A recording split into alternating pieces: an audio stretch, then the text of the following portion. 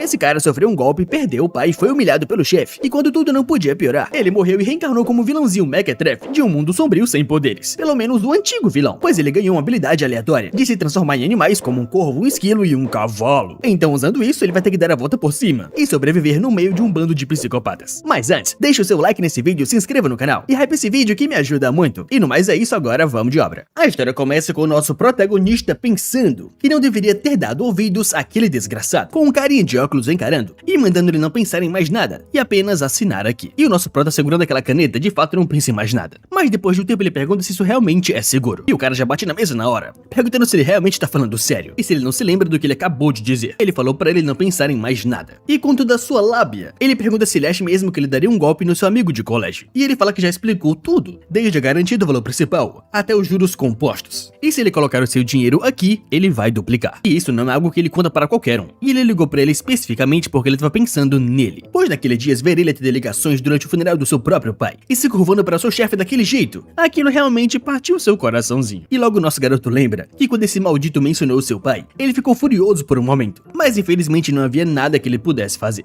E tudo que ele podia fazer era torcer para que essa boa vontade na sua frente fosse genuína. E isso era tudo que ele podia esperar. Mas infelizmente ele foi muito tolo, caindo num golpe do seu antigo amigo de colégio. E depois desse dia, 2 anos se passaram. E nos dias atuais, o nosso garoto tá muito pior do que antes, que ele vomita quase tudo que ele come. Enquanto ele pensa que ele comprou o lanche pela primeira vez em muito tempo, e acabou vomitando tudo, pois o seu corpo não tá mais acostumado com aquilo. E agora, depois de 2 anos, ele é um homem comum de 28 anos da Coreia do Sul. E ele está vivendo uma vida que é muito longe de ser boa. E aquele desgraçado que causou essa situação está sumido há mais de 1 ano. E ele está mal conseguindo sobreviver como um lixo total, afundado em dívidas. Mas ele sabe que ele só tem 5 horas até seu trabalho de meio período. E talvez ele deva ler um pouco antes de dormir. E assim ele pega o seu único livro, que é o único hobby que ele tem na sua vida. E o que ele quer fazer é ler apenas 30 minutinhos antes de dormir a sua novel favorita, a Dark Reader, que ele deve ter lido pelo menos essa altura umas 100 vezes. Mas ele acha que sempre tem um novo charme toda vez que ele começa a ler de novo. Mas ele já tem essa história perfeitamente memorizada na sua cabeça agora. Mas ainda assim uma fuga gratificante dessa vida de merda, mesmo que por um momento. Só que enquanto ele lia a sua novel, algo bate na sua janela, que são algumas penas de corvo. E ele se pergunta o que é aquilo, e de onde vieram essas penas de corvos. Mas infelizmente o que ele não esperava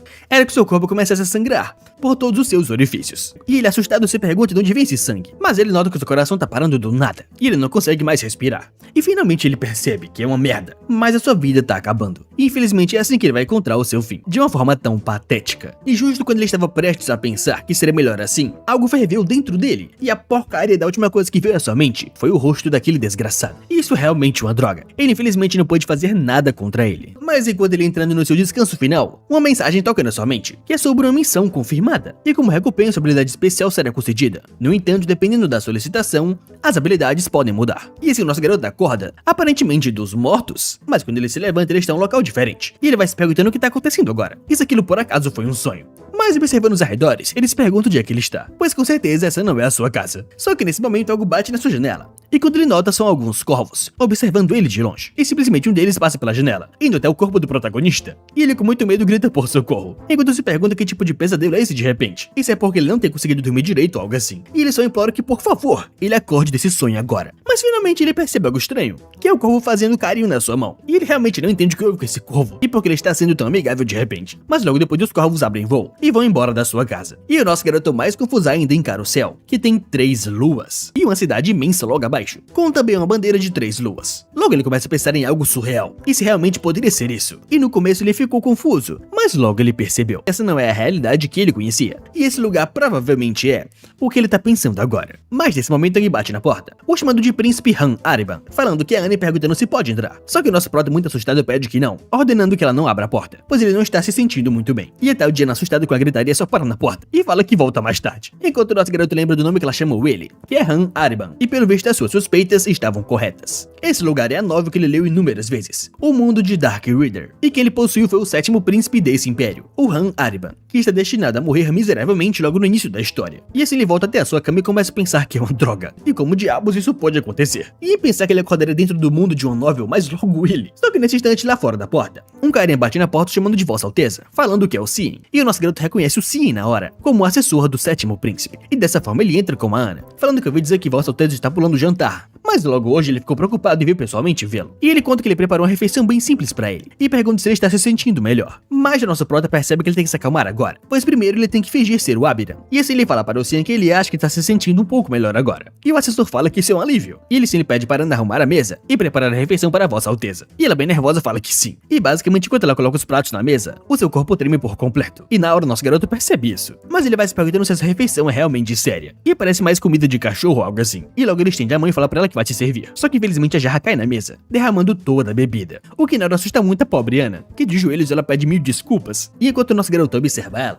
ele se pergunta o que está acontecendo. E porque ela está agindo como se isso fosse um desastre enorme. Mas finalmente ele se lembra que na verdade é porque ele, o Han Abiram, é um grande canalha. E ele não apenas destrói propriedades e usa violência sempre que está irritado. E se o pegarem de mau humor, ele chega a assassinar os servos. E a própria Ana sabe muito bem disso. Assim ela começa a falar rapidamente que ela cometeu um grave erro, mas pede que por favor ele poupe a sua vida. E finalmente o nosso garoto percebe que esse cara é o pior vilão da parte inicial de Dark Reader. Só que lá atrás o Cian me pede desculpas pela refeição, mas é pensar que o seu nobre príncipe estava tão indisposto assim. Mas ele fica feliz que ele pareça bem agora. E então ele pede que por favor ele assine essa proposta de orçamento primeiro, pois esses são assuntos muito importantes. Só que nosso garoto pensa que importante é o cacete. E isso é um monte de bobagens. E que assuntos importantes um sétimo príncipe incompetente poderia ter. E ele sabe que é óbvio que isso é apenas um documento forjado. E o objetivo real dele é desviar a parte do orçamento do sétimo príncipe. E a razão para o mero atendente como o Cian conseguir ir tão longe assim é porque ele é um parente da Imperatriz. E a Imperatriz é excepcionalmente poderosa, tem uma influência incrível sobre todo esse mundo. Mas a pessoa original nesse corpo era um tolo que não sabia de nada disso. E ele vai pensando que não deveria desviar muito da história original por enquanto. Então ele vai ter que assinar isso. Só que observando ele parado sem assinar nada, o Cian pergunta se por acaso ele esqueceu como se assina. E não importa o quanto ele seja um príncipe, isso é um pouco embaraçoso, não é? Mas na cabeça do Abiram ele pensa que isso é deboche. E será abertamente ridicularizado pelo seu próprio assessor. Apesar de ser da realeza, isso de fato é uma merda. E mesmo se ele possuísse alguém da Novel, porque ele tinha que ser um lixo como esse? O Cian, por outro lado, bem cansado, fala que isso realmente é uma pena. Mas ele pergunta se não é exatamente por isso que ele precisa dele. Então ele pede para Vossa Alteza que não pense em nada e apenas assine aqui. O que na hora faz o nosso prota lembrar das palavras daquele mesmo cara, aquele maldito pilantra que o enganou. E cerrando os dentes com muita raiva, ele percebe que isso não é diferente da realidade, onde ele foi passado para trás. Mas ele pensa que agora não, ele não vai mais viver assim. E assim ele fala para o Cian que, fazendo as contas, algo está um pouco estranho. E pergunta se isso não é um desperdício claro de orçamento. E o Cian, um pouco nervoso, fala que é surpreendente. E ele pensa que ele teria tais pensamentos assim. E parece que ele julgou mal Vossa Alteza. Mas logo depois ele pergunta se a sua refeição não está esfriando.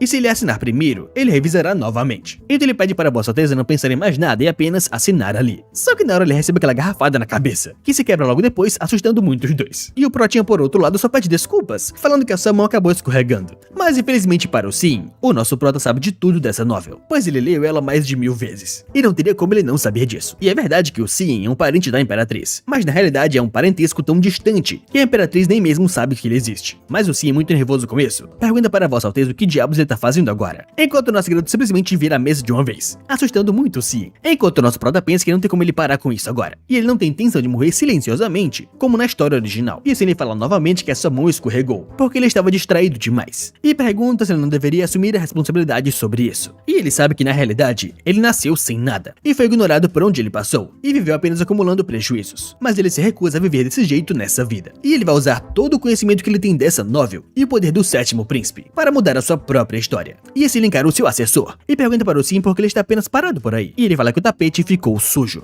então ele deve agora, sem pestanejar, limpar tudo.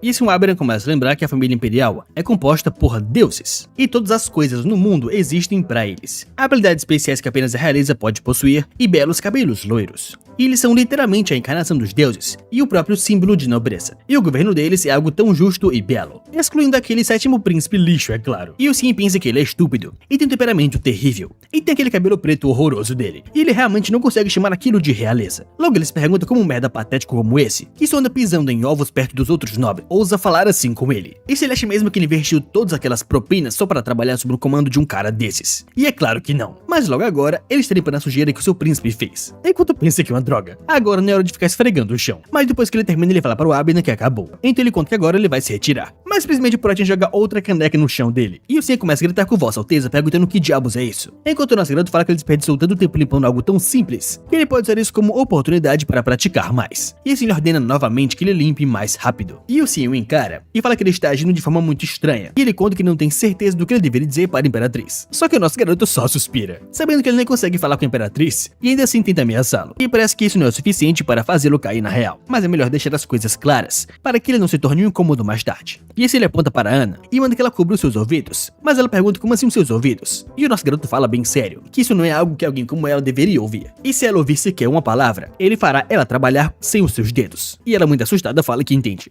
Logo ele começa a se comunicar com o Cian, coisas que obviamente ela não escutou. E cada coisa que ele fala deixa o Cian cada vez mais nervoso, até que ele fica completamente desesperado. E no outro dia a empregada Ana passou para as outras empregadas, e o rosto do Cian ficou pálido imediatamente. E parecia que ele estava encarando um cadáver ou algo assim. E falando nisso, ultimamente o sétimo príncipe tem estado um pouco estranho desde aquele dia. E as outras empregadas comentam que a Ana pode estar certa. E a Ana pergunta se elas acham isso mesmo. E as duas falam que o príncipe ficou muito mais assustador. Mas ainda assim, é um alívio que elas não tenham cruzado com ele ultimamente. E a outra fala que é isso mesmo. Ele não tem saído muito e fica apenas no seu palácio. Mas a propósito, elas perguntam para a Ana se ela não deveria estar em outro lugar agora, pois hoje é o seu turno da limpeza. E ela bem nervosa lembra que é verdade. Mas enquanto isso, no quarto do Abira, ele começa a olhar para o céu e pensa que o tempo tá muito bom hoje. E já que ele está agindo exatamente como o sétimo príncipe da novel, ele não deve despertar muita suspeita. E os servos também parecem estar evitando ele, muito provavelmente por medo. E desde aquele dia, o desrespeito do Cian desapareceu. E na verdade ele nem chegou mais perto dele, o que claramente é excelente para ele, pois ele prefere não jogar outro bule de chá na cabeça de ninguém. E a razão pela qual ele pode se dar ao luxo de estar tão relaxado é porque ele ainda tem tempo. E ele tem um ano até a história original começar, e 3 anos até ele mesmo morrer. E a novel que ele leu mais de 100 vezes, a Dark Reader, ele ainda se lembra claramente do dia que ele se deparou com aquele livro, que estava muito desgastado, lá no canto da biblioteca local. E o quanto ele amou essa novel. E ele sabe que ainda falta muito tempo até o protagonista aparecer e a história começar. E agora ele deve apenas aproveitar elegantemente um pouco de tempo livre que ele tem. E de qualquer forma o tempo tá muito agradável hoje. E na real, se ele tivesse asas, seria bom olhar para baixo para aquela paisagem. Mas enquanto ele pensava nisso, algo muda no seu corpo. E ele simplesmente deixa cair o seu chá. E muito nervoso ele vai se perguntando o que tá acontecendo. E se por acaso ele tomou veneno ou algo assim. Só que ele sabe que não. O seu corpo parece estar mudando do nada. E o seu corpo inteiro tá pegando fogo assim. Só que nesse momento lá na porta, a Ana bate e pergunta se Vossa Alteza está por aí. E se ela pode entrar para limpar o escritório. E o nosso garoto pela primeira vez na vida fica feliz por ter encontrado alguém. E só implora mentalmente que ela entre no quarto, pois senão ele pode acabar morrendo. E não escutando nenhuma resposta, a Ana entra no quarto e fala que felizmente parece que ele não tá na sala. Só que assim que ela entra, ela vê uma sujeira no chão e se pergunta o que é aquilo. E encarando a porcelana quebrada, ela fala que isso é um desperdício. E se ela vendesse essa porcelana, a sua família poderia comer por um mês inteiro. Só que a Ana, ao olhar para o lado, ela vê algo que ela nunca imaginaria que estaria ali, que era um pequeno corvo, o que deixa ela muito surpresa, perguntando como esse corvo foi parar aqui. E ela conta que uma pessoa muito assustadora vive nesse lugar. Mas mal sabe ela que o corvo que ela estava abraçando era o nosso prota, que do nada se transformou em um corvo. E ele pensa que não pode acreditar nisso. E simplesmente ele mudou do sétimo príncipe para um corvo do nada. E ele realmente não entende o que tá acontecendo. Mas a Ana, carregando ele, vai até a janela e fala que adoraria cuidar dele se pudesse. Mas se Sua Alteza pegá-los assim, eles estarão ambos mortos. Só que obviamente nosso prota não pode falar a linguagem humana com ela, sendo um corvo. E já a Ana pergunta para o corvo se ele consegue voar direito, né?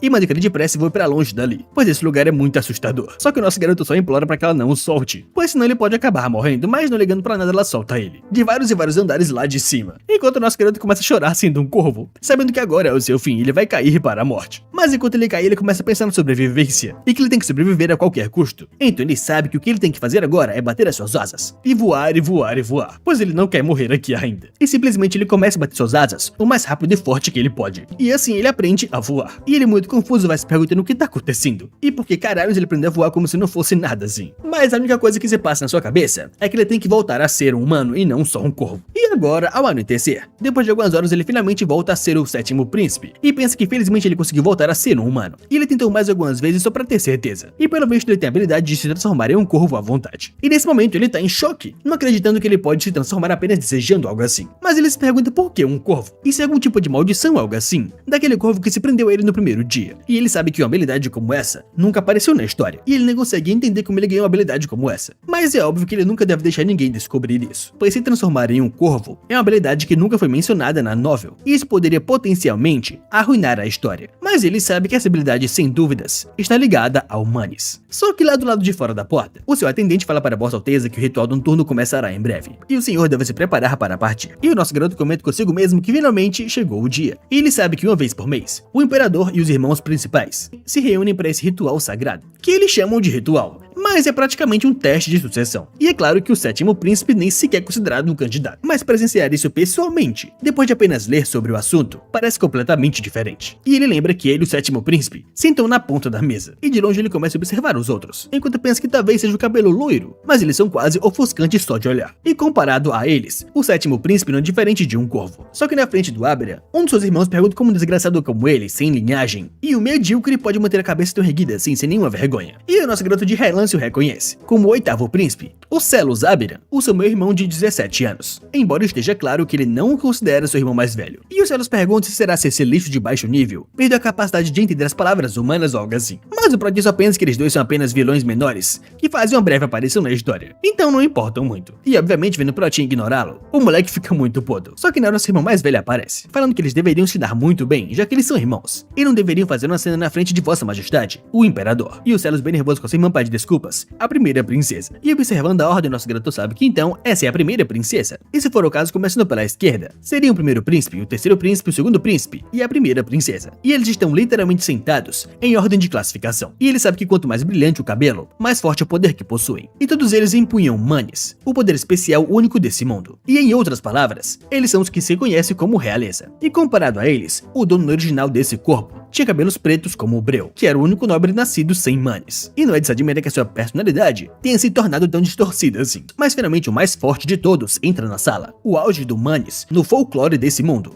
que obviamente é Sua Majestade o Imperador. E na hora todos se levantam, falando glória em uma mão, convicção na outra, e a ruína nas pontas de ambas as suas mãos unidas. O topo deste império, o Imperador. E nesse momento o pai de todos manda eles não perderem mais tempo com isso e começar a reunião imediatamente. E o nosso garoto de longe reconhece aquela placa de pedra azul e o artefato antigo deixado pelo primeiro imperador, a chamada Praza. E quando o Manes é injetado nela, a placa mede o Manes do usuário. E ele sabe que o indicador para medir a quantidade de Manes é intuitivo, que é basicamente o quão longe a luz irradia na placa. E logo eles percebem que o poder dele se estende até a borda da mesa, e isso é como esperado de Vossa Majestade. E o imperador fala que para aqueles que desejam desafiar, deem um passo à frente. Mas obviamente nosso garoto não fala nada, e o primeiro aí é o primeiro príncipe. E o nosso garoto sabe que não há restrições rígidas, mas tradicionalmente apenas o primeiro príncipe participa do ritual, porque as classificações de Manes, uma vez medidas, raramente são revertidas. E a quantidade de Manes é equivalente à magnitude do poder de alguém. E o primeiro príncipe periodicamente se exibe na frente de toda a realeza, mostrando quem está atualmente no topo da hierarquia de poder, e mostrando quem é o verdadeiro próximo imperador. Só que nesse momento algo chocante aconteceu, que é o primeiro príncipe cuspindo sangue, e não conseguindo usar Manes muito bem, o que na hora assusta todo mundo, que começam a gritar chamando por um médico. E até o Protinha se levanta assustado, pois naquele momento de caos, ele era o único que entendia exatamente o que estava acontecendo, pois ele sabia que por conta daquilo, o primeiro príncipe morreria em breve, jorrando sangue por todo o seu corpo. E pelo visto a história principal começou hoje, um ano antes.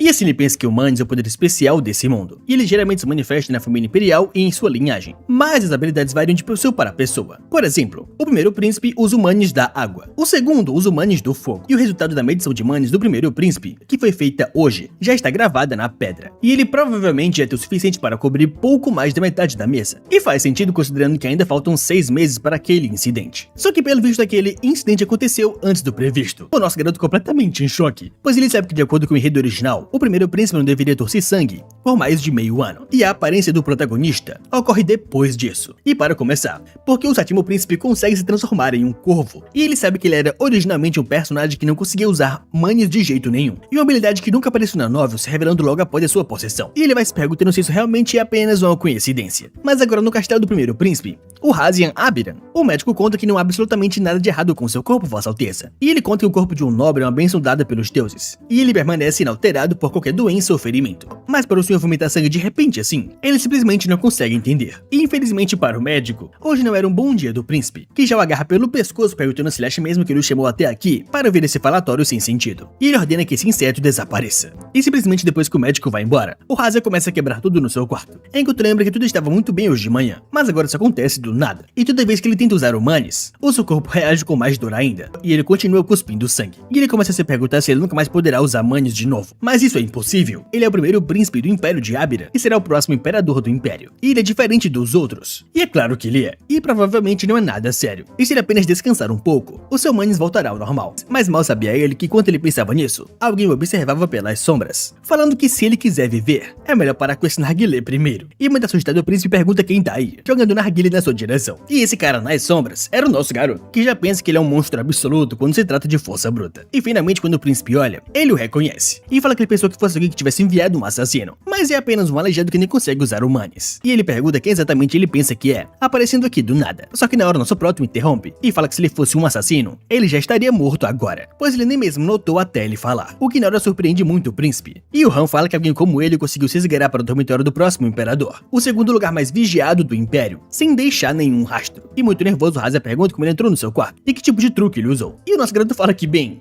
ele escalou a parede pelo lado de fora. E muito puto o príncipe pergunta se ele quer mesmo que ele acredite nisso, enquanto o nosso garoto fala que não importa muito se ele acredita ou não, pois isso não é o importante aqui. E se ele quer saber como seu corpo se sente. E é claro que o seu médico real provavelmente disse que não havia nada de errado com o seu corpo, mas ele deve conhecer a condição do seu corpo melhor do que qualquer outro. E simplesmente o príncipe começa a dar muita risada, e fala que então agora ele entende. Ele usou o cérebro um pouco mais do que aparenta, e ele deve ter planejado usar veneno contra ele, e usar isso como moeda de troca, apenas para poder manter a sua vida, mesmo depois que ele se torne o imperador. E ele fala que se esse é o seu plano, ele se deu mal, seu irmãozinho tolo. Só que o nosso garoto interrompe de novo, e fala que em uma semana, será ele quem estará desejando para estar morto, com sangue jorrando nos seus olhos e ouvidos. O que na hora para o príncipe perguntando como assim, e o Protean simplesmente se senta no sofá, e fala que vai esclarecer as coisas. Ele não usou nenhum truque, e nem planejou nenhuma armação, mas o seu corpo irá se deteriorar rapidamente, e eventualmente ele morrerá jogando sangue pelo corpo inteiro. E ele também não sabe quem está fazendo isso ainda, mas ele vai afirmar isso claramente, e ele deve ouvir atentamente o que ele tem a dizer agora, pois essa será a sua última chance de salvar a sua vida, o que na hora assusta muito o príncipe. E finalmente quando o nosso garoto vai embora, ele pensa que felizmente ele é tão simplório e um covarde quanto era na novel, e ele nem sequer colocou uma pessoa para segui-lo de volta, quando ele deixou o seu palácio, e pelo visto ele poderá usá-lo como ele quiser por enquanto. Mas a propósito ele percebe que a sua habilidade é bem conveniente, e ela permite ele viajar por muito mais lugares do que ele pensava. Mas ele pensa que agora, se esse for o caso, já que ele já está do lado de fora, talvez ele possa se esgueirar por outro lugar. E dessa maneira, no dia seguinte, a Ana vai até o quarto do sétimo príncipe, e ela vai se perguntando o que ela deveria fazer sobre isso, pois o príncipe não come nada há 2 dias, e não há nenhum sinal de movimento no quarto dele, e ela muito nervosa vai pensando no pior. E ela também sabe que se algo terrível tiver acontecido com o príncipe, o culpado enfrentará a pena máxima pelo assassinato de um membro da realeza. Então ela muito nervosa começa a bater na porta, gritando por ele. E na hora nosso garoto abre perguntando que barulheira é essa,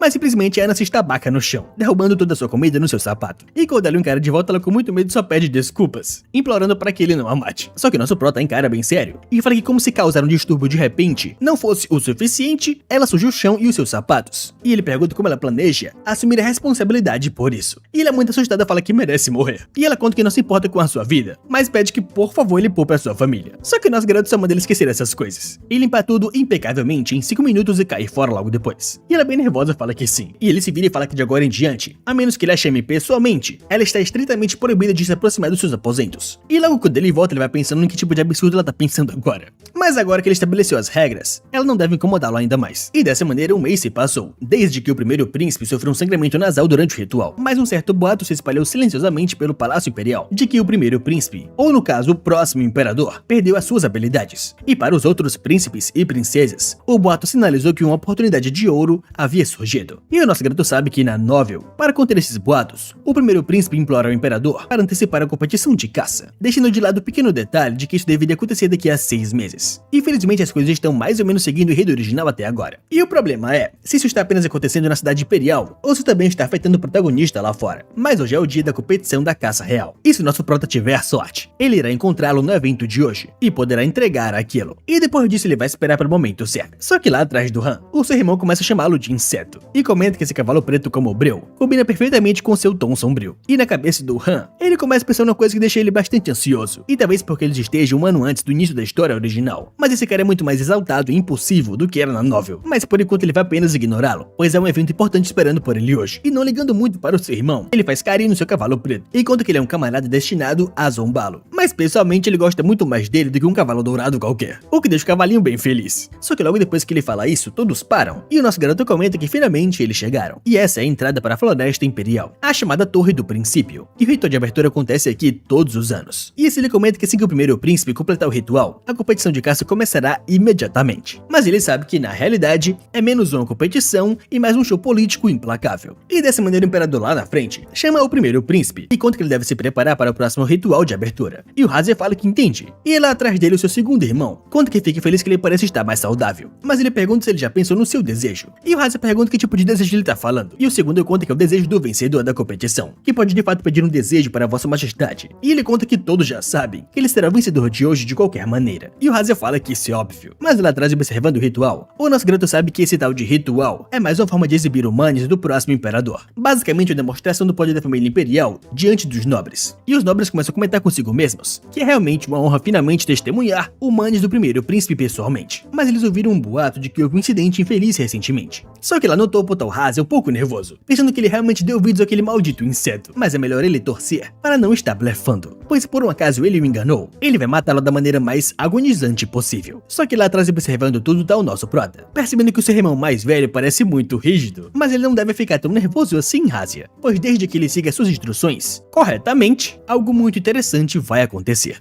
E agora o Hazia começa a carregar aquele imenso poder de manes, que vai crescendo segundo após segundo, mas aquele poder vai reagindo com os arredores, arremessando várias pedras no meio dos nobres, que começa até mesmo a bater em alguns deles. Enquanto o Han lá atrás observa o Hazia dizer que ele é o primeiro príncipe, Hazian Abrian, aquele destinado a ser o imperador. E finalmente ele libera o seu poder, um poder imenso de água que rodeia tudo, parecendo um grande lobo de água. E logo depois do seu poder, vai irradiando com o próprio céu. E logo depois que o sol de novo aparece, cai a chuva na cabeça dos nobres. E um desses caras observando lá atrás é um que faz parte do exército, e ele comenta consigo mesmo que então este é o manes da família imperial. E finalmente o pessoal comemora muito eufórico, desejando vida longa ao primeiro príncipe. E logo Hazia começa a lembrar do que o nosso garoto falou pra ele alguns dias atrás, que ele sugeriu que ele despejasse o seu manes aqui. E muito puto ele pergunta como assim numa pedra qualquer, e se por acaso ele está zombando dele. Só que o nosso garoto conta que ela pode absorver o seu poder, pelo menos o manes poluído. Embora se ele não quiser ser tratado, ele pode simplesmente morrer assim, já que ele realmente não tem nenhum desejo de salvá-lo contra sua vontade, o que deixa o Hazia bem irritado. Mas agora de volta ao presente, o nosso garoto pensa que isso deu a ele algum tempo, e esse é o item que deveria aparecer na segunda metade da história original,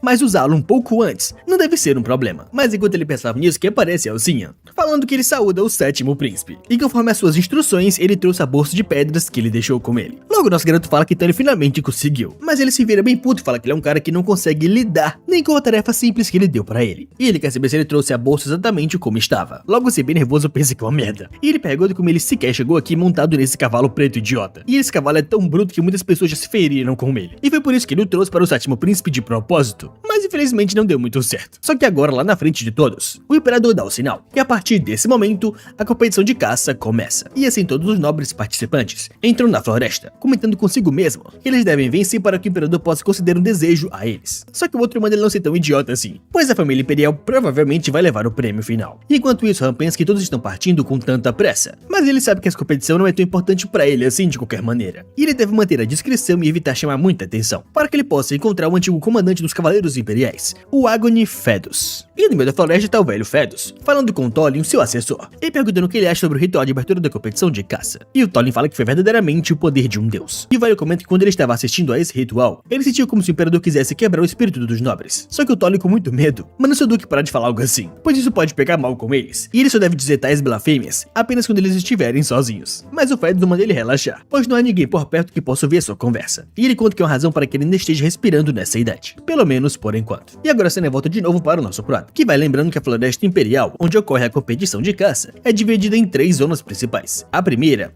é a zona de animais pequenos, perto da entrada. A segunda é de animais médios, e a de animais grandes e enormes é a mais profunda da floresta. E ele sabe que na novel diz que que ele apresentou a Raposa Dourada ao Imperador nessa competição. E o problema é que apenas é uma menção passageira em uma cena de flashback, então ele não sabe onde pode encontrá-la. Mas essa é a razão pela qual ele estava explorando tanto esta vasta floresta imperial como um corvo, pois raposas douradas são difíceis de encontrar, então ele teve que restringir a localização. E levando em conta que ele dizia que lavou as mãos na água logo após a caça, ele imaginou que o local deve ser à beira do lago na direita sudoeste. Então agora eles devem se antecipar e chegar lá no momento certo. E ele pensa que às vezes esse seu cavalo parece entender tudo o que ele diz. E também é um alívio que o Sim tenha conseguido trazer a bolsa de pedras. E ele estava preocupado à toa, porque aquele cara estava se atrasando, mas contanto que ele possa entregar isso adequadamente ao Duque Fedus, isso vai ser ótimo. Só que nesse momento, do nada o seu cavalo para. E o nosso garoto desce pergunta o que está acontecendo. E pergunta por que ele parou do nada. E se ele está doente ou algo assim. Mas o cavalo só balança a cabeça. E ele pergunta se ele avistou alguma fera por perto. Mas de novo ele balança a cabeça falando que não. Logo o nosso garoto pergunta se por um acaso é porque essa bolsa está pesada demais. E o cavalo balança a cabeça falando que sim. O que deixa o nosso garoto bem puto, que já manda ele parar de ser tão teimoso, pois outros cavalos puxam carroças e ele está apenas sofrendo por uma bolsa e uma pessoa. E muito puto ele fala que certo.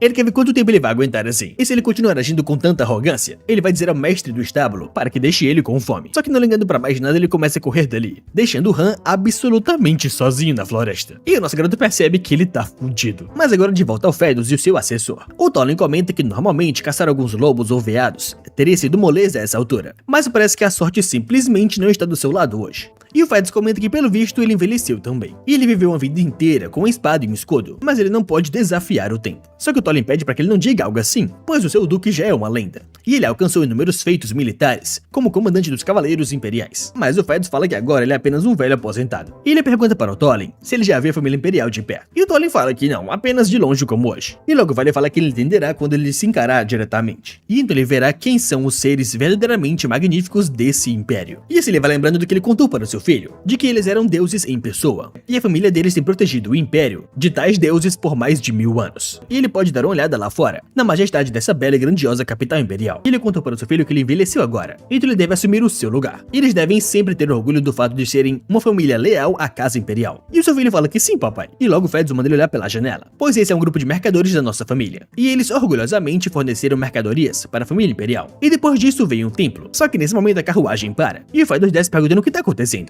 E o cocheiro fala que sente muito, é que algo ficou preso na roda. E se ele pede que por favor ele volte pra dentro, pois ele vai arrumá-lo isso logo. E quando finalmente vai, o Fedus percebe o que é uma garotinha que foi esmagada pela sua roda. E o cocheiro fala que parece ser um vagabundo daqui perto. E parece que foram pegos tentando roubar tributos imperiais do templo. E por essa região é uma visão comum. Só que lá dentro da carruagem, o filho dele pergunta o que tá acontecendo, falando que ele também quer ir pra fora. Mas o pai dele fala que não, ele não deve sair da carruagem. E o pai dele pergunta o que foi. E o Fedus conta que ele não deve sair daí, pois isso não é nada. E agora de volta ao presente, ele lembra que o seu filho não tem nem mesmo 10 anos de idade. Mas aquela criança morta deveria ser ainda mais jovem do que o seu próprio filho. E ela provavelmente foi queimada no incinerador. E assim ele começa a se perguntar se existe tamanha escuridão mesmo em um império tão nobre. Só que lá atrás o Tolin fala que eles não têm tempo para admirar a paisagem calmamente, pois mesmo que eles não vençam, eles devem manter a honra da família do Duque. E o Duque Fedus, percebendo isso, só pede desculpas. É só que ele acabou pensando em algumas coisas. Mas ele fala que por um acaso ele conhece um lugar por aqui onde a Raposa Dourada aparece. Mas enquanto isso, de volta ao Han, ele bem cansado pensa que correr enquanto carrega isso tá matando ele com certeza. E quando ele voltar ele vai transformar aquele cavalo em um churrasco.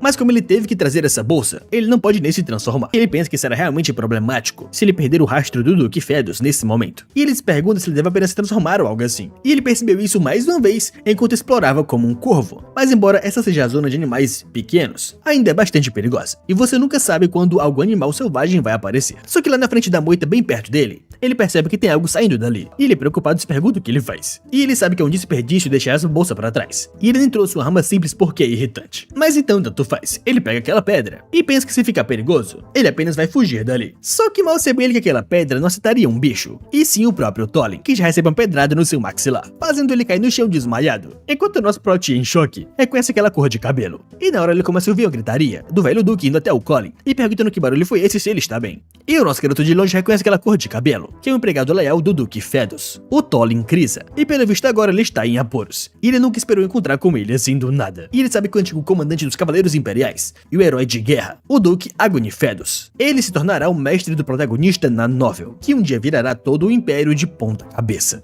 E se ele começa a lembrar que esse não era o plano original, e o que ele iria fazer era esperar no habitat da Raposo Dourado com antecedência. E quando o Fedus chegasse, ele insistiria que ele estava tentando roubar a sua presa real. E então ele daria a ele uma punição irracional, forçando-o a carregar uma bolsa de pedras durante toda a competição. E isso era tudo o que ele iria fazer. Mas infelizmente agora tudo deu errado, e as coisas ficaram incrivelmente bagunçadas. Já o Fedus começa a pensar naquela pedra que era bem pesada, e alguém definitivamente jogou isso de propósito. Mas ele não pode dizer que ele estava mirando apenas no Tolin. E eles perguntam se seria um assassino vigiando. Só que caído no chão, Tolin lá atrás vai chamando pelo Duque gemendo de dor. E o Duque pergunta se ele está bem e se ele se lembra de alguma coisa. E o nosso querido sabe que a família Fedus protege a família imperial há mais de 1 milênio e é a família mais poderosa do Império. E ele já é o 7º príncipe, tratado como o pior de todos. Então se espalharem rumores que ele tentou matar o Duque Fedus, ele tá fudido. E nesse momento o Tolin começa a lembrar que o que ele viu, enquanto o nosso prota tá ficando cada vez mais em choque, pois as coisas estão ficando cada vez mais bagunçadas. E eles perguntam o que ele faz agora, ele tá fudido. Só que na hora o Fedus fala que sente muito dor. E tudo aconteceu muito de repente e ele não se lembra de nada. E finalmente o nosso prota só suspira, pensando que aquilo é um alívio. E assim o Fedus fala que entende. E se por acaso ele se lembrar de algo, ele deve dizer pra ele. Só que nesse momento, ele sente uma movimentação estranha lá na frente. Enquanto o nosso garoto, reconhecendo a sua chance, começa a correr dali. Porque ele tem que fugir para o mais longe possível desse velho. Mas obviamente o Duque Fedus escutou o corre-corre dele. E ele fala para o Tolin esperar por ali, pois ele vai pegar o agressor e trazê-lo até ele. E agora enquanto o nosso garoto corre, ele percebe que a sua resistência já está completamente esgotada. E correr enquanto carrega essa bolsa pesada está realmente o matando. Mas será que ele não correu o suficiente até agora? E ele deveria ser capaz de despistar o Duque Fedus facilmente, que é um velho aposentado. Mas infelizmente esse velho aposentado é um louco atlético. E o velho começa a gritar para que ele revele a sua identidade. Ele pergunta se ele é um anti-imperialista ou uma seita. E ele fala que não sabe quem ele é, mas ele fala que ele não conseguirá se livrar do Agone Fedus. Já nosso prota percebe que isso é ruim, e esse velho pode pegá-lo a qualquer momento. Então ele vai ter que largar a sua bolsa e se transformar em um corvo. Mas se ao menos ele tivesse aquele maldito cavalo preto de antes. Mas não, ele preferiria apenas ser capaz de correr mais rápido. Só que enquanto ele pensava nisso, algo estranho acontece com o seu corpo. Mas lá atrás o Fedus pensa que ele achou que tivesse alcançado ele, mas de repente ele ficou mais rápido. E também parece que a forma dele mudou, mas talvez sejam seus olhos ficando cada vez mais turvos, o que é muito frustrante. Só que assim que ele dá um passo à frente não tem mais nada, e pelo visto ele acabou perdendo. Mas enquanto isso, correndo no meio da floresta, tá o nosso prota, pensando que seu corpo de repente parece mais leve. E ele se pergunta se ele acabou se tornando um corvo de novo, mas pelo que parece ele continuou correndo, só que muito mais rápido.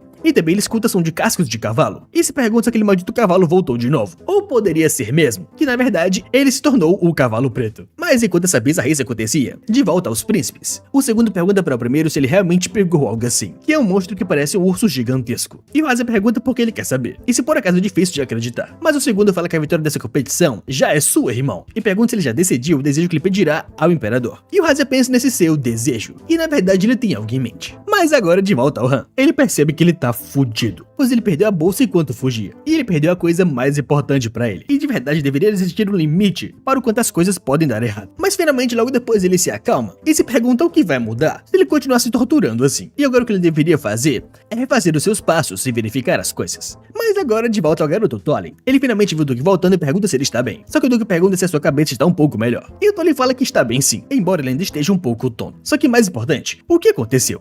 E o velho conta que tá envergonhado é que ele acabou perdendo ele de vista, e seja porque ele era rápido ou porque ele está apenas ficando velho. Mas infelizmente ele não conseguiu pegá-lo. Mais curioso sobre isso, o Tolin pergunta o que é essa bolsa, e o Duque fala que essa bolsa que ele pegou no caminho de volta, que estava caída na grama. E o Tolin comenta que é uma bolsa bem luxuosa, mas ele se pergunta por que está cheia de pedras. E o Duque se pergunta como ele saberia disso. Mas escutando essa conversa estava o nosso garoto, que já aparece na frente dos dois, falando que essa bolsa é sua. E na hora o Duque reconhece como o 7º príncipe, e os dois rapidamente se ajoelham, saudando ele o 7º príncipe do Império. E o velho pergunta se por um acaso essa bolsa é sua. E o nosso garoto fala que sim. E ele estava se perguntando por que ele tinha desaparecido. Mas ele quer saber por que está aqui e se por acaso ele roubou. Só que o velho pergunta como assim roubou? Isso é um absurdo. Ele simplesmente o encontrou por acaso quando caminhava pela grama. Só que o nosso garoto fala que qualquer um diria esse tipo de desculpa, já que ninguém quer ter o seu pulso cortado. Só que o velho fala que jura pela sua vida sem valor e pela honra de toda a sua família. E o nosso prota se vira para o Tolin e pergunta por que o seu assessor está sangrando. E o velho fala que isso foi de pouco tempo atrás, porque houve um acidente repentino. Só que na hora que o Tolin olha para o príncipe,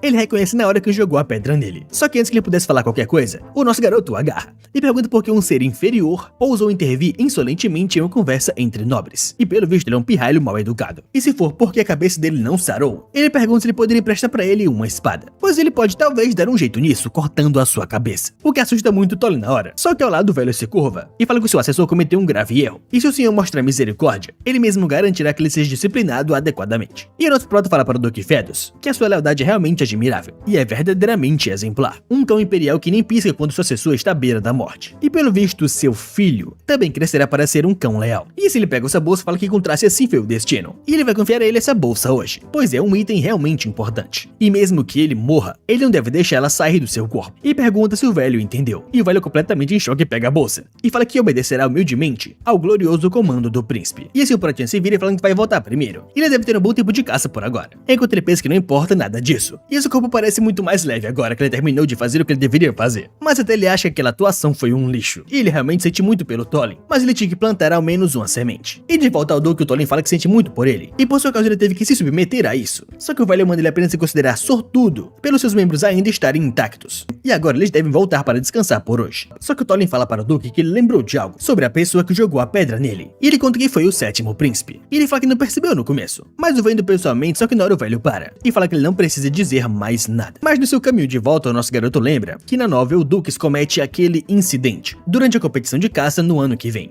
Mas isso é porque a morte do seu filho naquele ano trouxe uma mudança em seu coração. Então, para fazer aquele incidente acontecer durante essa competição, ele precisava de um estímulo forte o suficiente. Mas enquanto isso, de volta à conversa dos dois príncipes. O primeiro príncipe, Razia, fala para o seu segundo irmão que o desejo que ele pedirá ao imperador dessa vez é o desenvolvimento da área ao redor do templo, pois aqueles vagabundos parasitando na cidade imperial como insetos. Ele irá varrer todos eles do mapa. E de volta ao nosso garoto, ele pensa que para o Duque Fedos, o seu futuro já está traçado, pois ele irá se rebelar contra a família imperial, porque esse é o seu destino. E agora, mais tarde, o nosso garoto começa a pensar que ele verificou mais de 10 vezes, e pelo que ele observou não houve testemunhas. Mas ele pensa que ele fez algo tão terrível com o Fedos e o Tolin. Isso faz ele se sentir como um vilão de verdade, sem motivo algum. Mas na verdade, ele de fato é um vilão, pelo menos na novel. Mas a seguir, assim que a competição termina, só que enquanto ele pensava nisso, a sua irmã aparece, falando que então é o seu irmãozinho Han. E essa é a primeira princesa do Império, a Mentiu Abira. E ela comenta que é bem comum ver ele andando sozinho em uma floresta como essa. Logo, o nosso garoto a reconhece, e pensa que ele nunca imaginou que esbarraria com ela em um lugar como esse. Assim, ele se curva falando que saúda a primeira princesa do Império, mas ela pede para ele pular saudações rígidas. Afinal, eles são irmãos, que compartilham o sangue da família imperial. E assim ela pergunta onde ele deixou o cavalo que saiu, para voltar sozinho assim. E ele fala que na verdade ele só queria dar um passeio e respirar um pouco de ar fresco. Então ele deixou o cavalo nos seus aposentos. Só que a Mentiu fala que não entende, porque ele mentiria para o seu próprio sangue. O que na hora deixa o Han bem nervoso, perguntando o que ela quer dizer com isso. E ela fala que enquanto passeava pela floresta ocidental durante o dia, ela viu um cavalo preto sem dono. E era uma cor desconhecida. Então ela perguntou a um servo, e ele disse a ela que era ninguém menos que o seu cavalo. Então ela pessoalmente ordenou que aquele cavalo fosse morto, pois gado que falha em obedecer a realeza merece morrer. E na hora o Pratinha pede desculpas à sua irmã, falando que ele ficou envergonhado pelo fato de ter perdido seu cavalo. Então acabou mentindo pra ela, só que ela pede na hora para levantar a sua cabeça, pois isso faz parecer que ela tá tentando punir o seu irmãozinho. E ela só fala que fica feliz que ele tenha voltado em segurança por conta própria. E se algum dia ele precisar de outro cavalo, ele pode ir até ela a qualquer momento. E observando ela ir embora, ele pensa na primeira princesa, Mentiu Abira, que é com certeza uma pessoa difícil de lidar, porque é impossível dizer o que ela tá realmente pensando. Mas ele se pergunta por que ela está indo embora em silêncio assim, e se por uma acaso a habilidade dela não funciona nele. Mas enquanto isso, em uma tenda isolada, o médico fala que então, ele estava perseguindo uma fera, tropeçou em uma pedra e caiu, e acabou batendo a cabeça em outra pedra. E ele fala que já viu de tudo um pouco no campo de caça, mas é a primeira vez que ele vê alguém se machucar tanto por causa de um par de pedras. Só que lá atrás do que pergunta por quanto tempo, ele precisará de repouso para se recuperar. E o velho fala que pode parecer muito por fora, mas é um ferimento bem sério, e ele precisará de pelo menos uma semana de repouso na cama. Só que muito nervoso, Tolin pergunta como assim uma semana? E se por um acaso ele quer dizer para ele descansar durante a competição? E como assessor, ele deveria ficar ao lado do seu Duque. Mas lá atrás o velho fala que a sua lealdade é devidamente observada, mas a sua recuperação vem primeiro. Então apenas deite-se e durma um pouco até a cerimônia de encerramento. E ele fala que o Jack e ele cuidarão do resto da competição de caça. E simplesmente o Tolin se vira para o velho e fala que se esse é realmente o seu desejo, então ele fará como ele pede. E ele fará o seu melhor para descansar. E o velho comenta que o assessor vindo até a competição de caça só para tirar férias deve ser a primeira vez na história do Império. Mas o Tolin fala que como ele deu a ele um dia de folga, ele vai tirar um dia de folga. E o seu sonho real é apenas brincar e comer por aí. É só que ele não tem dinheiro para isso. E o velho fala que então ele terá que vencer apenas pelo bem do seu sonho. Então ele poderá dar os direitos de desenvolvimento de uma mina de ouro como seu desejo. Mas agora, um tempo depois, enquanto o Tolin dormia, o Duque deixou uma carta bem na sua cama e passou a noite toda lembrando das palavras do nosso prota, que ele era verdadeiramente exemplar, como um cão imperial leal que nem pisca quando seu assessor está em perigo mortal, e que o seu filho também crescerá para ser um cão leal. E assim o Fedus percebe que simplesmente não consegue pegar no sono, e talvez ele devesse sair e pegar um pouco de ar. Só que lá do lado de fora da tenda, ele vê aquela bolsa de pedra, e simplesmente ele coloca ela nas costas. E vai pensando que ele vai ter que visitar o templo hoje, pois é algo que ele realmente quer mostrar pra ele. E essas suas falas eram uma lembrança do seu filho e ele, quando ele contou a história de que há muito tempo, quando o mundo estava em caos e turbulência, um ser de salvação desceu dos céus. E seu filho conta que leu isso em um livro, e pergunta se ele está falando do Sierra, o Grande. E o pai dele fala que como a encarnação de um deus, ele empunhava os poderes misteriosos, e ele é conhecido por ter subjugado aqueles que tratavam guerras intermináveis. E assim, há mais de 1000 anos, ele nomeou o Império Unificado como Abiram, e ele é o próprio fundador da família imperial que eles servem. E agora, ao amanhecer, ele começa a pensar no seu filho, Flynn, o seu tesouro mais precioso, e que por favor ele siga os seus passos, e se torne uma espada orgulhosa para a família imperial. Só que ele nota que as suas costas estão bem pesadas, e ele se pergunta por que diabos está carregando uma bolsa de pedras agora, se é por lealdade ou por outra coisa talvez. Só que nesse momento ele escuta uma buzina, e nesse momento lá na entrada da floresta, os nobres se perguntam o que é isso, e como é apenas uma noite, o príncipe conseguiu uma fera como essa, e pelo visto parece que o primeiro príncipe acabou com todas as feras. Então a competição de caça já finalizou, e originalmente essa competição de caça estava programada para ocorrer ao longo de 4 dias, mas como o primeiro príncipe do Império de Abiram, em uma noite acabou com o recorde de caça esmagadora, e por isso o imperador, por meio desta, declara o vencedor dessa competição, ele, o primeiro príncipe do Império Abiram, o Hazia Abiram, e esse imperador parabeniza pela sua vitória, e o Hazia o agradece. E seu pai fala que como manda a tradição, o primeiro príncipe deve declarar o seu desejo, e logo após sua volta se pergunta o que ele vai pedir para o imperador. E eles lembram que o quarto príncipe pediu o direito de expurgar os nômades das regiões fronteiriças no ano passado, e nesse momento o Hazia se ajoelha e fala para seu pai que recentemente, os vagabundos têm infestado a área ao redor do templo de Sierra, o Grande, representando uma ameaça à dignidade e segurança do templo. E a fim de restaurar a estética arruinada do templo, ele pede humildemente a autoridade para purificá-los. O que na hora deixa o Fedus em choque, e ele começa a lembrar de novo das palavras do Han, o chamando de cão imperial leal, e o velho sabe que ele de fato é isso, mas aquela criança ainda é inocente. Então simplesmente do nada ele saca sua espada, e pensa que sente muito para o seu filho Flynn. Só que enquanto isso, de volta à sua cabana, o nosso garoto acorda o Tolin, e muito assustado o moleque pergunta quem é, mas finalmente percebendo quem é, ele saúda o sétimo príncipe, e o nosso garoto pede para ele se mover devagar, pois ele ficará muito tonto pelo sangue subindo na cabeça, e ele fala que ele deve se certificar de conseguir um médico para prescrever antibióticos, ou talvez folhas de oliveira. E muito confuso, o Tolin pergunta o que ele faz ali. E o nosso garoto fala que, bem, o motivo à parte. Pelo visto, ele nem sabe que tipo de situação o seu duque se encontra agora. E ele fala que a cerimônia de encerramento já deve ter começado a essa hora. E muito perdido, o Tolin pergunta como assim encerramento, enquanto o nosso garoto fala que é isso mesmo. E é melhor ele começar a correr pra lá agora mesmo. E simplesmente quando o Tolin chega, ele começa a passar pela multidão. E finalmente ele dá de cara com o seu duque, que está ajoelhado perante o imperador. E muito irritado, o príncipe Hazia pergunta para o duque Fedus o que ele tá fazendo agora. E Fedus conta que a família Fedus serviu a Sierra, o Grande, desde o início, e protegendo a família imperial do ponto de observação mais próximo por mais de 1000 anos. E parece que a sua família Fedus é a mais adequada para a tarefa humilde de lidar com os vagabundos ao redor do templo. Então ele, Agoni Fedus, humildemente faz esse pedido à vossa majestade imperial. Mas enquanto isso o imperador só encara o Fedus e fala que em consideração à lealdade que ele dedicou por toda a sua vida, ele considerará o seu pedido. No entanto, é bem cômico pensar que sua grande lealdade o levaria a bloquear a vontade da realeza. E pergunta se ele achou mesmo que o primeiro príncipe mostraria misericórdia a ele. E o Hazia bem puto começa a usar o seu poder, e fala que pelo visto ele perdeu o juízo por ser velho. E ele pergunta se ele esqueceu que as suas ações atuais justificam a execução imediata. Mas o Fedus tranquilamente fala que o pecado de interromper sua cerimônia sagrada, ele pagará com a sua vida. Só que lá atrás observando tudo tá o Tolin, gritando pelo seu duque. E no meio da multidão também tá o Protinha, pensando que agora finalmente tá começando. E seria bom se aquele cara estivesse assistindo, bem de longe também. Mas de fato, enquanto isso, em um local distante, um cara enchendo sua garrafa de água começa a sentir um poder de água vindo de algum certo lugar. E eles perguntam o que é isso, enquanto o nosso prota pergunta mentalmente se aquele cara consegue ver claramente a cerimônia de execução de Agonis Fedus, e se ele conseguir ver o Mandes da realeza que ele enfrentará eventualmente, o verdadeiro protagonista da novel Dark Reader, o seu grande prota Hathel.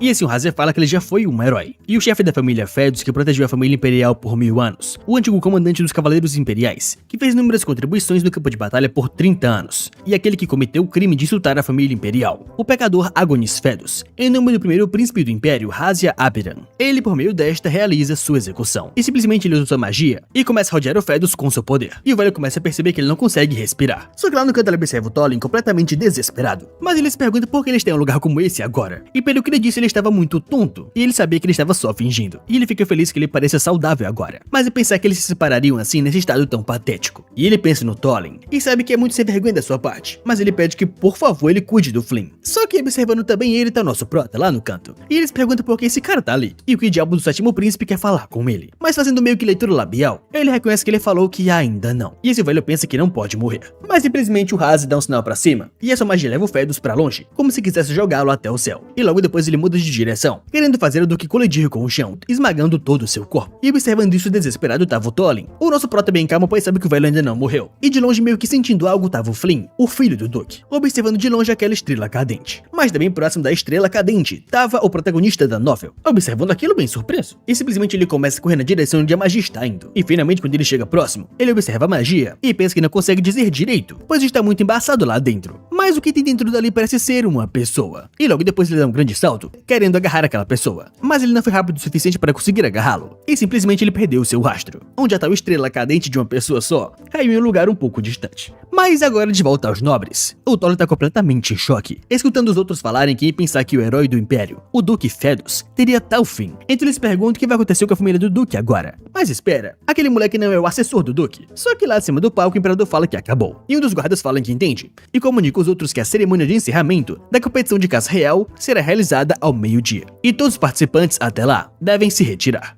Mas lá no canto tá o Haze bem irritado, comentando que pelo menos eles pegaram um ratinho. E ele passa por todos os outros, falando que quando você mostra misericórdia, aqueles que não conhecem o seu lugar costumam aparecer. E o pessoal comenta que a família Fedus também está acabada. E aí pensar que um idiota desses era o chefe da família, ele é de fato um lunático. Mas depois que o príncipe vai embora, o Tolin se vira para ir embora dali também, enquanto os outros começam a xingá-lo chamando de traidor. E o nosso garoto observa que o coração do Tolin deve estar completamente despedaçado agora. E ele reconhece que eles eram bem próximos, já que ele era o seu assessor. Mas tomara que ele não quebre assim.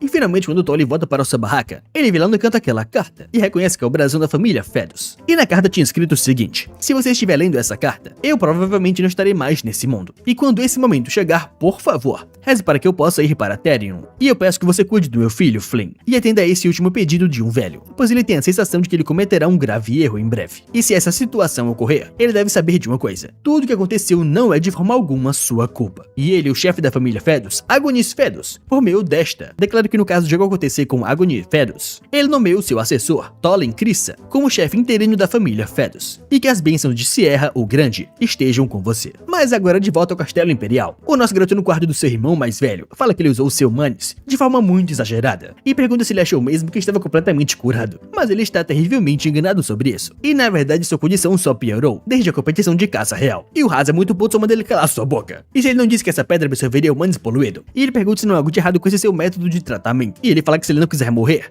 é melhor dar a ele uma resposta direta. Só que o nosso garoto fala que seria muito melhor liberar seu Manis mais lentamente agora, pois se ele o liberar tão apressadamente assim, só vai piorar as coisas. O que deixa o Haze muito puto, pensando que esse maldito não perde por esperar, pois ele com certeza vai esmagar esse cetro mais tarde. E o nosso garoto pensa que o Haze tá pensando agora que assim que o seu corpo se recuperar totalmente, ele vai despedaçá-lo. Mas mal sabia ele que essa doença não é algo que possa ser curado só de uma vez. E ele deveria saber que só continua respirando graças a essa pedra. E a propósito, dizem os boatos que o Tolin ainda está em coma. E isso está fazendo ele se sentir um pouco culpado sem motivo. E ele se pergunta se realmente ele não vai morrer, né? E agora no castelo da família Fedus, o Tolin finalmente acorda, parecendo outra pessoa agora, muito mais parecido com um zumbi magrelo. E confuso se pergunta onde é que ele está. Só que o empregado vai até ele chamando de chefe, e vendo o Tolin levantado, ele fala que seu corpo ainda não está recuperado, e pelo menos ele deve deixá-lo ajudar a se levantar. Mas o Tolin fala que ele está bem, e pede para ele se afastar por enquanto. E o empregado fala que ele esteve consciente por mais de 2 semanas, e ele fala que ele pode desmaiar a qualquer momento, então ele deve ajudá-lo. E o Tolin fala que precisa ver o jovem Duque primeiro, e ele quer saber qual a situação atual da família. E o empregado fala que, para ser honesto, a situação não é nada boa, e todos os parceiros de negócios da família Fedus deram as costas para eles, e os funcionários internos também saíram. E essa situação financeira é terrível, mas eles não estão em situação de pedir ajuda à família imperial. E o Tolin supõe que seja por conta daquele incidente. E o empregado fala que atualmente o jovem Duque está, só que nesse momento que aparece é o próprio jovem Duque, reconhecendo o Tolin de longe. E ele vai até o Tolin e pergunta se ele está bem. E o Tolin fala que está bem para o jovem Duque, e pede desculpas desculpas pela sua preocupação. E o garoto fala que parece que surgiram muitos problemas enquanto ele estava fora, e até os preparativos do funeral do seu pai ainda não começaram. E o Tolly fala que enquanto isso, só que nesse momento lá do lado de fora, alguns empregados perguntam se isso é verdade mesmo, que o motivo pelo qual o antigo Duque Fedus fez uma loucura dessas foi porque o jovem Duque é um vagabundo, e pelo menos é o que dizem. E o outro cara fala que sabia disso também, e ele achou estranho ele ter um filho em idade tão avançada, e eles devem se apressar e fugir dali o quanto antes, para que não sejam tratados como traidores também. E logo Tolly pensa nesses traidores do Império, e esse estigma será difícil de apagar para sempre. E assim ele fala com Pale que ele deve cortar as línguas daqueles que fofocam lá fora e trazê-los para ele, pois essa punição por espalhar boatos falsos sobre o jovem Duque. O que surpreende muito Pale, perguntando como assim. Enquanto o novo chefe interino da mansão pergunta se ele precisa mesmo repetir isso. E assim o Pale bem nervoso fala que vai fazer como ele ordena, mas o Tolly já o para e fala que outra coisa, eles não realizarão um funeral. O que surpreende muito o jovem Duque lá atrás. E o Tolly fala que é porque ele não pode mais ser considerado membro desta família. E ele espera que ele entenda o jovem Duque. E muito nervoso o garoto pergunta como assim? E por que ele faria uma coisa dessas? E o Tolly fala que atualmente ele é o chefe interino da família Fedus. E portanto até que ele se torne o futuro chefe da família, ele tem um dever de protegê-la. E de agora em diante, pela honra e sobrevivência da família Fedus, ele usará qualquer meio necessário para isso.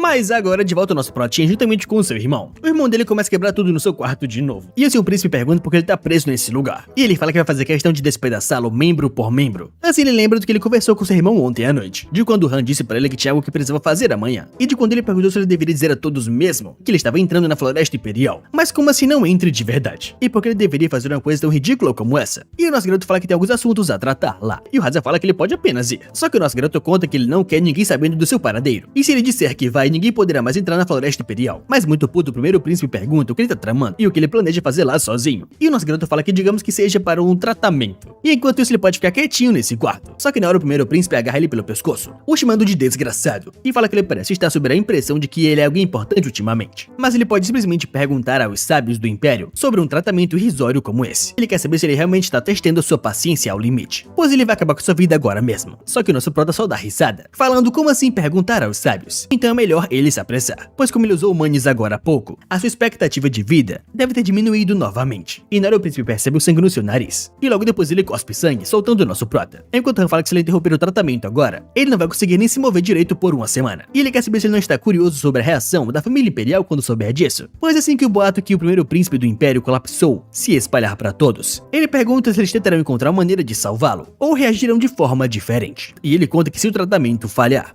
outra pessoa assumirá o trono como o próximo imperador. E ele quer saber se ele realmente não entendeu até agora que ele está dizendo pra ele usar o cérebro se ele não quiser morrer. E talvez seja porque ele compartilha o mesmo sangue com você, mas a sua paciência não é muito longa. E ele deve tirar a ideia de colocar pessoas o monitorando, porque desaparecer sem deixar rastros é uma das suas outras especialidades. E como ele falhou todas as vezes, já está na hora de desistir, pois isso apenas atrasa o tratamento e exaure a eles dois. E muito puto Hadza pergunta qual exatamente é o seu objetivo, e por que ele está fazendo tudo isso. E o nosso garoto pensa no seu objetivo. E agora do lado de fora voando como um corvo, ele pensa que se ele tivesse que dizer algo, seria basicamente sobrevivência, ele acha. Mas agora na floresta, ele volta à sua forma humana, e comenta que é ótimo. Ele revisou a floresta 3 vezes, e não viu uma única pessoa. O nosso garoto olhando de um lado para o outro, comenta consigo mesmo que é um motivo para ter esvaziado esse lugar, mesmo que significasse irritar o primeiro príncipe, que é porque ele planeja experimentar sua habilidade hoje. E depois do que aconteceu da última vez, surgiu a possibilidade deles transformarem em outros animais. E se os tipos de animais forem mais diversos, essa pode ser uma habilidade bem melhor do que ele imaginava. E para descobrir isso, ele precisa entender essa habilidade com precisão, porque ele precisa saber com antecedência como ele pode usá-la. E dentre essas coisas, a parte que ele precisa descobrir mais rápido é a condição para se transformar corretamente. E a coisa mais fácil que vem à mente dele é o contato, porque de todos os animais que ele se transformou, houve o contato entre ele e o animal até agora. Então para testar essa hipótese, ele precisa pegar um animal novo para descobrir. E agora ele quer começar pegando um animal pequeno, e ele sabe que essa armadilha tosca, mas tem uma isca, então deve ficar tudo bem. E essas frutas são de primeira qualidade, que ele trouxe da cozinha imperial. E para sua surpresa, de fato aparece um animalzinho lá no canto, que é um pequeno esquilo. E na hora que o nosso garoto vê ele fica bem animado, e pensa que a armadilha nem está pronta ainda. Mas o esquilo já apareceu, e ele se pergunta se deveria pegá-lo algo assim. Só que na hora o esquilo começa a correr na sua direção, e assim ele entrega pra ele algumas frutas. Mas ele reconhecendo que ele parece ser muito dócil, ele pergunta o que ele iria fazer se alguém ruim pegasse ele agindo assim. Mas de qualquer maneira, ele conseguiu fazer contato rapidamente com o animal. E certo, agora é hora de testar. E assim ele se prepara e fala transformar. Mas simplesmente nada acontece. E o animal também sumiu do mapa. mapa, por mais que ele ainda não tenha percebido isso. E ele pensa que talvez a situação importe para transformá-lo em um animal. E as situações em que ele estava desesperadamente querendo voar ou correr foi o que o transformaram em um animal. Mas ele realmente não entende o que ele faz agora e que tipo de ação um esquilo faria. Talvez escalar uma árvore ou querer entrar em uma toca. E ele realmente não sabe. Só que quando ele pensava nisso, o esquilo muito folgado passa por ele, agarra na sua bolsa e começa a correr dali. O que deixa o Han muito puto, perguntando o que esse esquilo tá fazendo agora, levando a sua bolsa inteira. E se ele quiser comer nozes, é só pedir que ele pode dar a ele. Mas o esquilo não liga para porra nenhuma e começa a correr com a bolsa na boca. Só que na última hora ele consegue agarrar a bolsa. Mas o esquilo obviamente se prende à árvore. E o Han pergunta se ele consegue aguentar isso. Mas certo,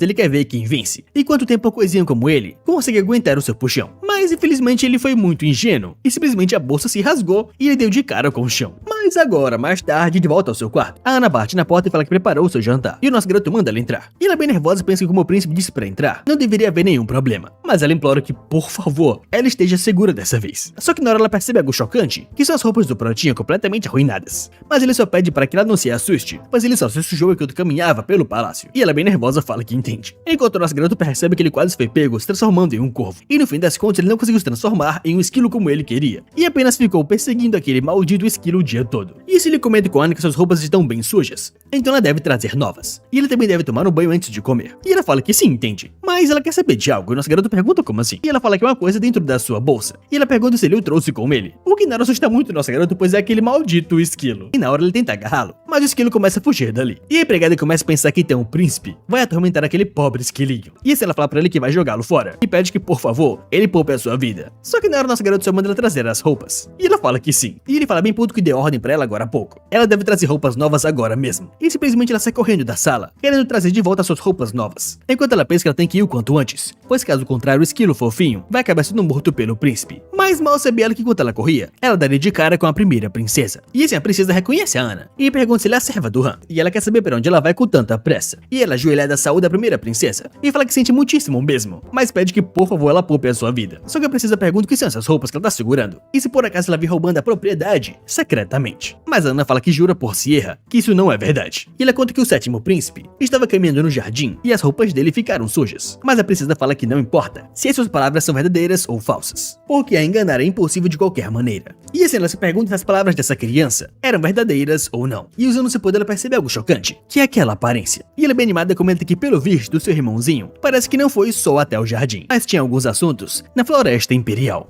Mas agora de volta ao quarto do príncipe, ele encara o esquilo e fala que não sabe como ele chegou até aqui. Mas esse não é um lugar para se viver, pois ele não tem a intenção de ficar com ele. Mas ele vai ao menos ajudá-lo a voltar para a floresta. Então que tal ele deixar ele capturá-lo, bem quietinho e pacificamente? Pois se ele não fizer isso, as coisas podem ficar difíceis para você. Mas obviamente o esquilo tá bem assustado. Enquanto o nosso garoto pensa que mesmo que seja apenas um esquilo, um roedor vagando pelo quarto de um humano, ainda mais no Palácio Imperial, não faz o menor sentido. Além disso, ele se lembra muito bem de quando ele morava naquele apartamento de semi-porão, ficando acordado a noite toda porque ratos ficavam arranhando o interior das paredes. E o enredo dessa história já está divergindo um pouco do original. E se ele pergunta que tipo de problema ele tá tentando causar aqui, mas o esquilo começa a se debater, enquanto o nosso garoto fala que finalmente o pegou, e agora ele deve ser o bom esquilo e entrar na bolsa. Mas na hora o esquilo começa a mordê-lo, o que assusta o Protinha que abre a sua mão, e o esquilo começa a correr dali. E ele pergunta como uma coisa tão minúscula como ele ousa morder a mão da realeza, e simplesmente o esquilo escala as paredes, enquanto o nosso garoto fala que ele realmente subiu alto dessa vez. E se ele tentar subir atrás dele, ele provavelmente vai fugir para outro lugar.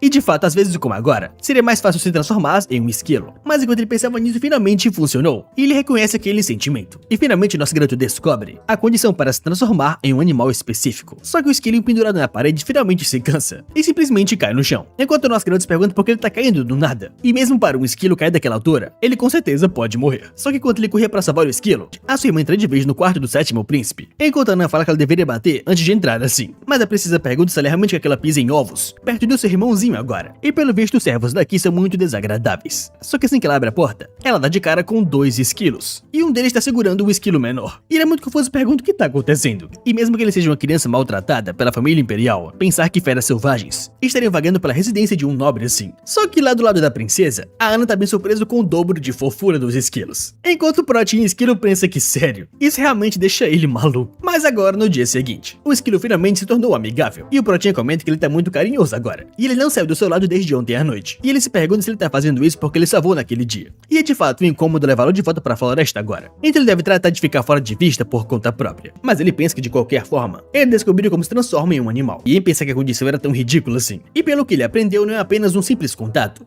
e ele teve que tocar precisamente na nuca. E a condição de ativação é ridiculamente específica para algo tão inútil. Mas bem, finalmente ele aprendeu a condição de qualquer maneira. Então agora ele pode seguir em frente. E o problema real é a primeira princesa, a Mente Abiram, pois ele não conseguia imaginar muito bem apenas pelas descrições da novel. Mas ele realmente não achou que ela seria um personagem com uma expressão tão aterrorizante assim. Infelizmente a Ana deu a ela uma cobertura dizendo que era um animal de estimação, o que deu ele a chance de fugir pela janela, que foi por muito pouco. E logo depois ele voltou à forma humana e retornou para o seu quarto. E ele pensou que tudo ia terminar bem, mas a irmã dele fala para ele que feras selvagens dentro do palácio, eles certamente têm gostos incomuns. E assim ela fala que está tarde e ela vai embora por agora. E o nosso garoto fala que sim, ela tem razão, e da próxima vez venha mais cedo. Mas na hora ela fala que amanhã ele deve vir encontrá-la onde ela está hospedada, pois ela tem assuntos para discutir, irmãozinho. E de volta ao presente ele pensa preocupado que a Mente possa ter o descoberto, e ele realmente não sabe o que diabos ela quer conversar com ele, e se por acaso ela descobriu a sua verdadeira identidade. Mas ele acha que sem chance, e no fim que escolha ele tem, e não é como se ele pudesse recusar ir lá. Então agora, algumas horas depois, ele chega até o quarto onde a Mente está hospedada, e o guarda se curva ao sétimo príncipe, e fala que Sua Alteza, a primeira princesa, está esperando nos seus aposentos. E o nosso garoto se lembrava da descrição, dizendo que era grandioso, mas essas portas são realmente massivas. E agora finalmente lá dentro, ele dá de cara com a sua irmã, que já fala pra ele que ele deve ter tido uma longa jornada até aqui, e as suas pernas devem estar cansadas. Então, por favor, sente-se, irmãozinho. Mas ele fala que não foi tão longe assim, e ele está bem em pé. E mais importante, ele quer saber o que ela queria conversar com ele. Mas ela fala muito gentilmente que ele não deve ter ouvido ela, quando ela disse para se sentar. E muito nervoso ele pede desculpas pela sua grosseria, e se senta logo depois. E a Mente, dando algumas risadinhas maléficas, fala que tudo bem,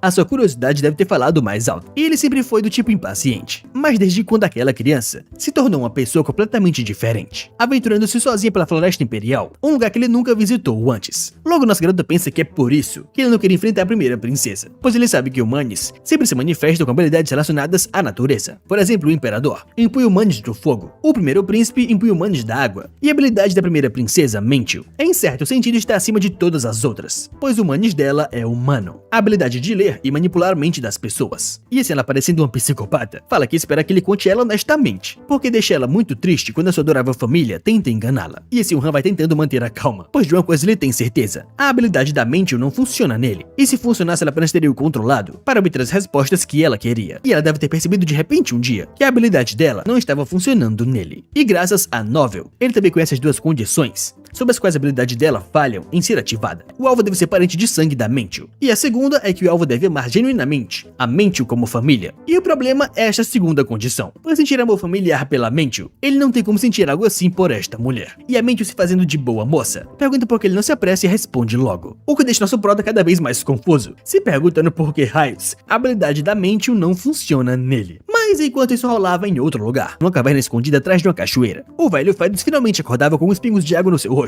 E muito confuso ele se perguntava onde é que ele estava. Só que lá ao seu lado, o protagonista da novel fala que então ele sobreviveu. E o velho confuso pergunta quem é ele, que lugar é esse, e se ele realmente está vivo. Mas na hora o Rattel se levanta e fala que ele não abriu os olhos por um longo tempo. Então ele realmente pensou que ele estivesse morto. Mas então agora ele pode começar a responder as suas perguntas, já apontando sua espada para o Fedus e perguntando se ele é uma pessoa leal ao Império de Abiram. E o velho confuso pergunta o que isso significa, mas o Rattel fala que sim ou não. A sua resposta determinará como ele vai proceder essa conversa. E o procedimento é o like nesse vídeo e sua inscrição no canal. E rapaziada, essa é mais uma obra nova que eu tô trazendo pra vocês. E se vocês gostaram dela e querem a próxima parte, a meta pro vídeo são 5.000 likes. Aí claro, não se esquece de rapar esse vídeo que me ajuda muito. Então no mais é isso, gente. Eu fico por aqui, espero vocês no próximo vídeo. Tchau!